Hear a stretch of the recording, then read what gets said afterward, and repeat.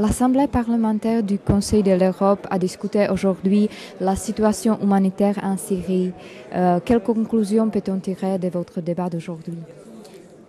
Nous avons fait un débat vraiment vivant et tout le monde a considéré deux priorités sur toutes les autres, c'est-à-dire ce qu'on fait tout de suite, immédiat, mais aussi à côté de cette mesure prioritaire, l'aide humanitaire pour les réfugiés.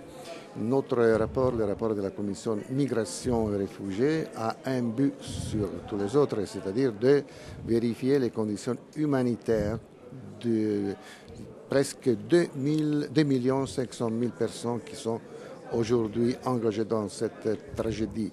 Surtout ceux qui ont été obligés à laisser le pays de la Syrie pour aller aux pays limitrophes, c'est-à-dire Turquie, Liban, Irak, etc.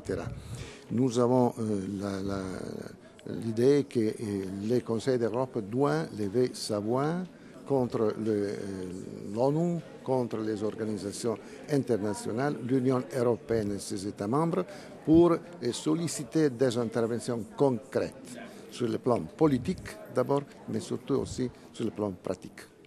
Nous avons sollicité une solution politique pour aider les ONG, les organisations humanitaires, à pouvoir entrer avec des couloirs humanitaires pour aider les personnes qui aujourd'hui sont vraiment en difficulté. Il ne faut pas oublier que nous sommes proches à l'hiver. Ce serait le deuxième hiver que beaucoup de monde va passer sous le temps et il n'est pas possible d'accepter une situation d'émergence tellement grave comme celle que sont en train de vivre les personnes qui sont fuies de la Syrie.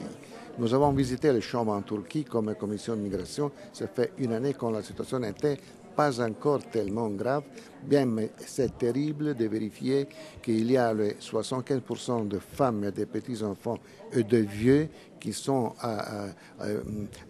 dans des conditions misérables, de survivance, pure survivance.